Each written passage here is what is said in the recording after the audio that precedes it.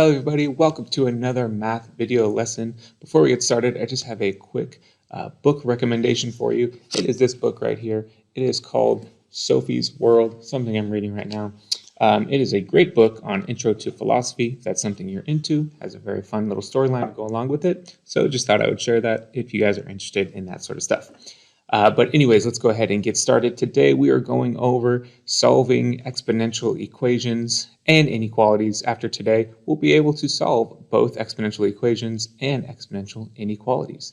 So let's go ahead and get started. I'm going to be moving kind of fast today because we do have 5 examples to get through. So if you need to pause the video at any time, make sure you're taking notes and getting all of these concepts written down. Go ahead and pause where you need to.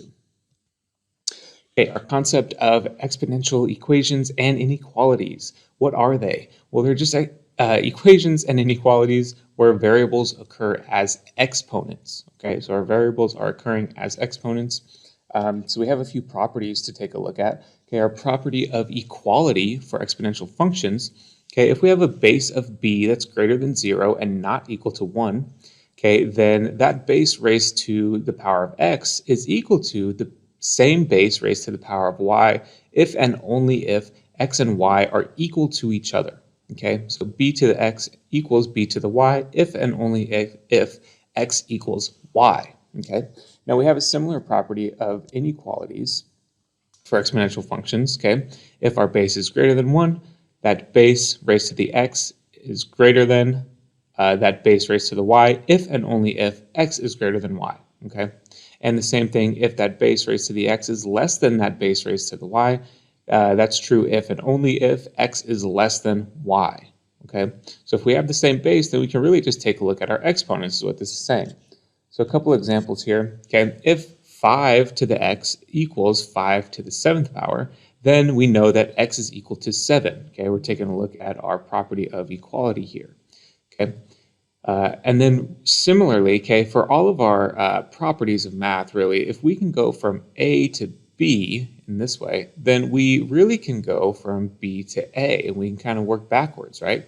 So that's what this second line is, okay? If x equals 7, then 5 raised to the x is equal to 5 raised to the 7, okay? So it's just this in reverse, but I want us to understand that we can always go backwards with these properties from B to A if we've gone from A to B, okay? And then a similar example for our property of inequalities. Okay, if 5 to the x is greater than 5 to the 7, then x is greater than 7. And if x is greater than 7, then 5 to the x is greater than 5 to the 7. Again, we've gone one way, and then we're going the other way with this property. Okay. Okay, another concept that we're going to look at today is this concept of compound interest, something you may have seen before. Okay, compound interest is just interest paid on a principal of an investment and any previously earned interest. Okay, so we have a formula for that. Okay, we're probably wondering what all these means. Some of you have probably seen this before, and if you have, that's great. If not, though, here's what all of our variables are. Okay. P is our principal balance. Okay, that's why I underlined this here. Principal is like our initial balance. Okay, so if I invest $10,000 into a savings account, that is my principal balance. It's the thing that I'm initially putting into some account for investment. Okay, R is my interest rate here. N is the number of times our interest is applied, or you're going to hear this term compounded.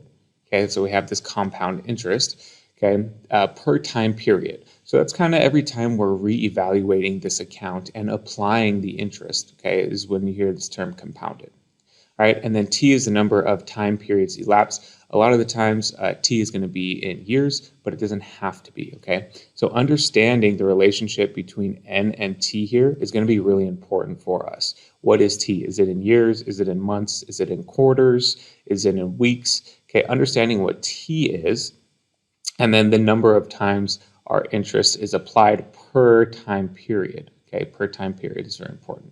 Okay, and then A is going to be our final amount. So if I put in $10,000 into an investment account and I know these other 3 variables here, and say I want to see what that $10,000 will be worth after 10 years, then I'll be able to calculate A, my final amount after that 10 years using this compound interest formula. Okay. So those are our concepts. Let's go ahead and hop right into our examples, okay? Okay, example 1, solving our equation, we've got 4 raised to the 2n minus 1 power is equal to 64. Okay, so what we've got here, I need to think, how can I represent 64 as a base of 4 raised to some power? Okay, well, I know that 4 to the third power is equal to 64. That's great. So I'm going to just rewrite my equation here, and I'm going to rewrite 64 as 4 to the third power. Now, I can use my property that we just went through in our concept slide because I have the same power, or the same base of 4 in this equation. So since I have the same base of 4, now I can just say, okay, I know that my exponents have to be equal to each other. So I'm just going to look at my exponents now. So I can set aside these exponents and just separately say, okay, 2n minus 1 has to be equal to 3 in order for this exponential equation to be true. Okay, so now I can really just solve this much simpler equation here for n. So I add 1 to each side, I get 2n plus 4, I divide by 2, and I get n is equal to 2. Okay, so that's how we might solve an exponential equation like that. Okay, another exponential equation. Okay, I have 5 raised to the 5x is equal to 125 raised to the x plus 2 power. Okay, so again, I need to think, how can I rewrite 125 as 5 to some power?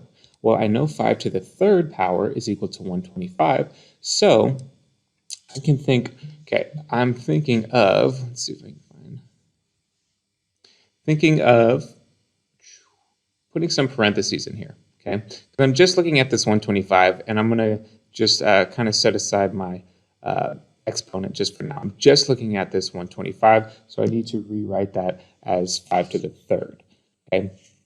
So I'm changing just what's in my parentheses here.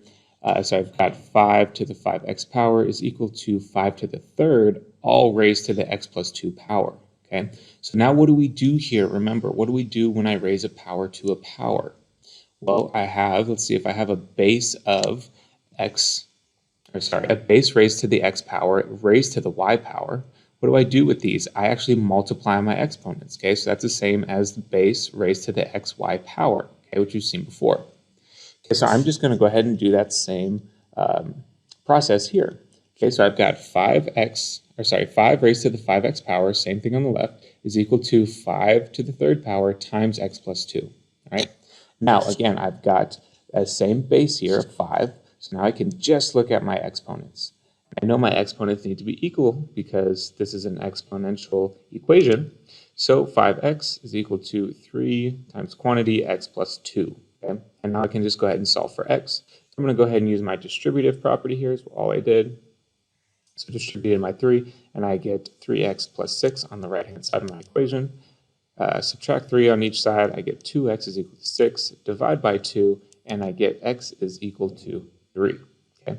Now, it's always good to check our answers. So if I were to check, I would have 5 raised to the 5 times 3 power is equal to 125 raised to the 3 plus 2 power, and that gives me 5 to the 15 is equal to 125 to the 5th power. And if you plug those into your calculator, that will give you a very, very large number, but it will give you the same very large number. So those two are equal to each other. We are all good. Okay, example number 3 here. We've got a population example here. So in 2015, population of Las Vegas, Nevada, where I'm from, was 1,445,632 people. Okay. By 2020, it was estimated to have a population of 1,563,025 people.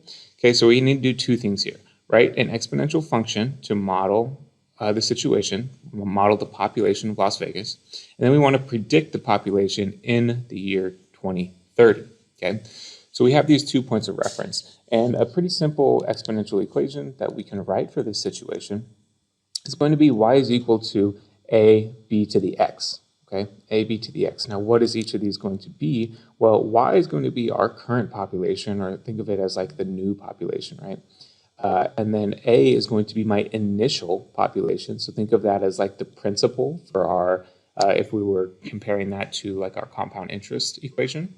Okay, not the same equation, but that's kind of a similar concept here. This is my initial. population. And then x is the number of years since 2015, okay, since 2015, because that was our initial point of information. This is all the information we have to work off of. So that is going to be our initial population, okay? Okay, so we can go ahead. We need to solve for b first because we don't really know what b is. So I'm going to go ahead and say I've got this equation here where the left-hand side is my 2020 population and the right-hand side, my A is my 2015 population. Like I said, that is our initial population. Okay. And then X is the number of years since 2015. So since this left-hand side is 2020 population, that's 5 years from 2015. So my X in this case is 5. Okay. So I've got, again, 2020 population is equal to my 2015 population times some base raised to the 5th power, because 2020 is 5 years after 2015. Okay, so now all we have to do is solve for b. So we'll go ahead and divide each side by my a, by my 1,445,632. And that gives me 1.081205 and some change is equal to b to the 5th power. Okay, so now in order to solve for b, I'm going to have to raise both sides of my equation to the 1/5 power, or I can think of this as taking the 5th root, okay? Same thing, taking the 5th root of both sides of my equation, and I get that b is equal to 1.0157, okay? So my equation, again, going back to this y is equal to ab to the x, I know what a is, and I know x is going to be my variable. I just needed to solve for b, which I just did. So that is going to be this equation right here. Okay, so that was the first part that we just did. Now we need to predict the population of Las Vegas in 2030. Okay, so 2030 is 15 years after 2015. So all we're going to do is substitute a 15 here in for x. And we can just plug that directly into our calculators, and we get that our population in the year 2030 is going to be a little over 1.8 million people. Okay, so that is setting up an exponential equation based off of the average situation, and then using that information to predict further information in the future. Okay, 2 more examples here. Now we're getting into our compound interest. Okay, if I have an investment account that pays 5.4% annual interest compounded quarterly, okay, it's important information, compounded quarterly. Okay, if $4,000 is placed in this account, find the balance after 8 years. Okay, so I've got $4,000, I've got my interest rate, I've got 8 years, and I've got that as compounded quarterly. Okay, and this is annual interest. Annual interest. Okay, so I'm just going to put my compound interest formula up here again. Okay, in this case, my P, my principal amount that is invested, is $4,000. My rate is 5.4%. Now remember, when I put that into my formula here, I need to put that in decimal form. Okay, don't put that as 5.4. I need to put that in decimal form of 0.054. Okay, so always remember to do that. That's a mistake that's often made. Okay, my N, okay, compounded quarterly. Okay, this is where some of our vocabulary comes in. Okay, if it's compounded quarterly, quarterly is 4 times a year. Okay, so that's why my N is 4 here. So you may need to, based off of your vocab understanding of these situations, kind of look up what it is that's being, or how frequently it's being compounded within the given time period. Okay, and then our time is 8 years. That's our balance that we're looking for after 8 years. Okay, and then A is going to be our final amount that we are solving for. We don't know A right now. That's what we're trying to solve for.